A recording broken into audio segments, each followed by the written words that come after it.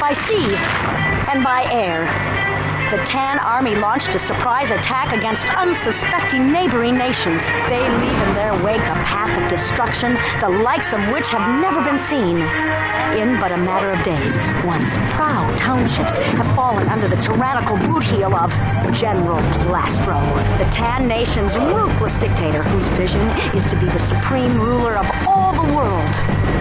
As the Tan war machine rolls across the land, nation after nation succumbs to their oppressive rule, while the Tan Army mercilessly slaughter all they encounter.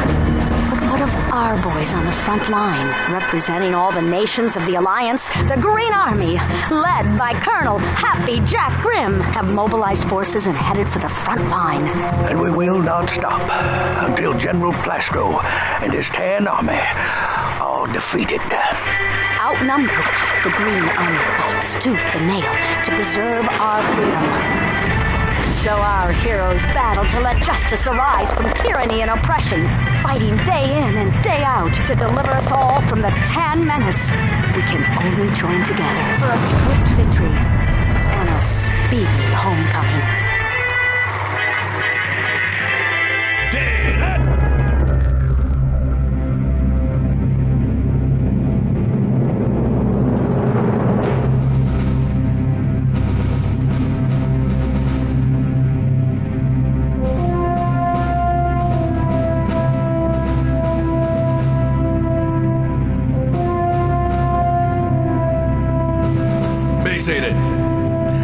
No green soldier ever won a war by melting for his country.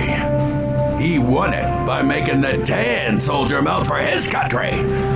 Now, some of you may have heard that this war is unwinnable, that the Tan Army has developed amazing weapons of destruction, that going up against them is suicide. Well, I say that's a load of hooey. Believe me, you know exactly what to do when you step into a puddle of melted plastic that used to be your best friend.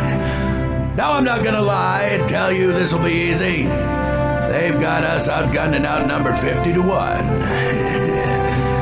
Sounds like good odds to me. The Tan are the enemy. Wade into them. Melt their plastic. War is not black and white. It is green and tan. All right, then. That's all I gotta say. Oh, and one more thing. I want you boys to know that I'll be proud to lead you to victory. Dismissed.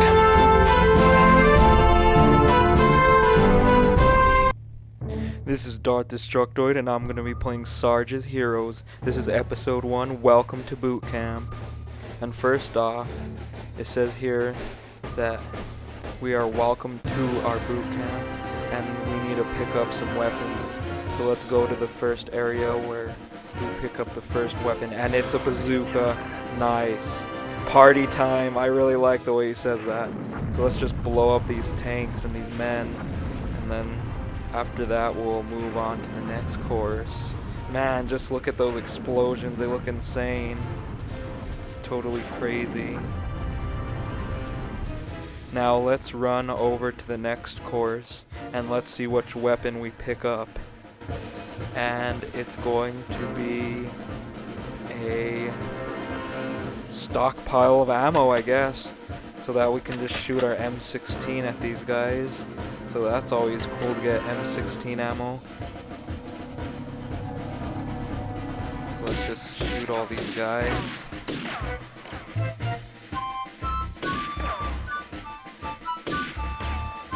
And I really like the shooting in this game. It's pretty crazy, man. It's one of the first games I've ever played where you aim with a gun. And now let's go to the next area where we have a sniper rifle. And let's just load off on all these guys. Let's just kill them all to oblivion and back. Man, it's not shooting him. I don't know why. I guess it's an invisible barrier that's protecting him, so let's just shoot this guy. We'll just get rid of him with the M16, why not? M16 deals with most enemies fine. It's one of the most powerful weapons in the game, believe it or not, and you can shoot it pretty fast.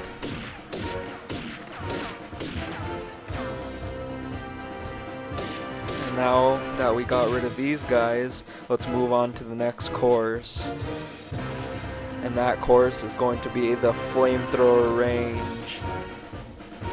Now over here we can just burn all kinds of enemies to a scorched, oblivious pile of goo. I really like the way it looks when you burn an enemy into a pile of goo. It's insane. But for now, all we have to burn is all these trees and explosive barrels. So that's pretty cool that they set that up for us. And I don't know how, but the flamethrower has a lot of ammo. I don't know why they give you so much ammo when you pick up the flamethrower. But anywho, let's move on to the next area. And this area is the training course. And I guess we need to jump over all these platforms. The platforming is pretty basic in this game, but it can be a little bit wonky at times, so you always got to be careful with that, especially later on in the game. But this course is fairly easy. You just have to jump over all the barriers and make sure that you climb over some of them. Now this is where it gets a little bit hard, so you don't fall down in this trench. And let's see if I can get across. Yes, I did. Awesome. And after this, we just move on to the next part of the course. So I guess we ran the course in less than 60 seconds, so that's cool. And here's the tank. One of the, honestly, kind of a disappointing weapon because it's just so weak, I think, personally. But it's really powerful. It's really cool to drive a tank, but it dies pretty quickly, and you'll see that later on in the game. Honestly, I really like the tank, but I just wish that it had more health, personally. So let's move on to the next area, and that area will be the grenade range. Now, the grenades are hit or miss. They can be pretty powerful, but they are just very hard to aim, I'd say. And it seems like you're aiming right sometimes, but it won't be spot on for some reason. So you just need to make sure that you aim as good as possible. Usually it's in front of the enemies, not behind them. I always remember that, because if you throw the grenade behind them, it won't get rid of the enemies and it'll do nothing to them. So it's always to be very precise with the grenade throwing. And I got most of them, so that's good, but I can't throw it that far. I mean, the mortar can shoot that far, but for some reason I couldn't get the grenades to get this far. But anyways, let's just shoot all these guys and get rid of them that way. I mean, the M16 is your go-to weapon all the time. I mean, it's nice to use the secondary weapons.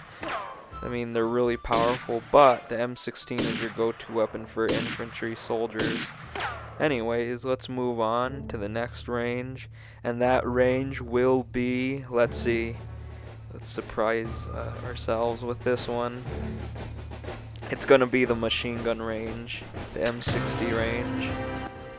Let's just mow all these guys down, as I say when I get a machine gun anyways.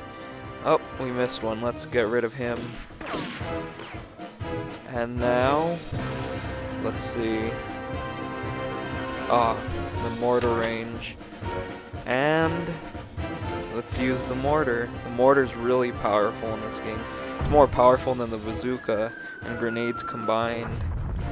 It's basically like a bazooka and a grenade had a baby, and out came the mortar. But anywho, oh my gosh, I blew myself up. That's not good news, especially if I was actually playing the game. I would have died there. Anyways, let's try and get rid of this tank over here. Let's see if I get it or not. Let's see, and it's a hit. Yep. And let's get rid of these guys. See, it's really powerful. Like, I mean, watch this. I bet it'll get rid of all those guys. And it didn't, surprisingly. I guess.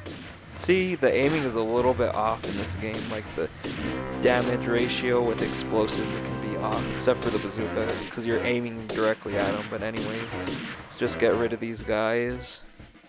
And after that, we will move on to the end of the course.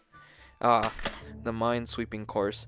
I think I'm just gonna do a little bit, maybe, and then skip it, because I'm not gonna literally get all the mines, because that takes too long, honestly. So let's move on to the end of the course. We went through every part of the course, and yeah, this is the first episode of Army Men, Sarges, Heroes, one of my most favorite games in my childhood. This is the PlayStation version, and I played the N64 version first, but honestly I like the controls on this one a lot, but I like the graphics on the N64 version more. So there's pluses and minuses to both, but this one is a pretty solid port overall. I really like it a lot. This is Darth Destructoid signing off, and it's been fun with you guys. Goodbye.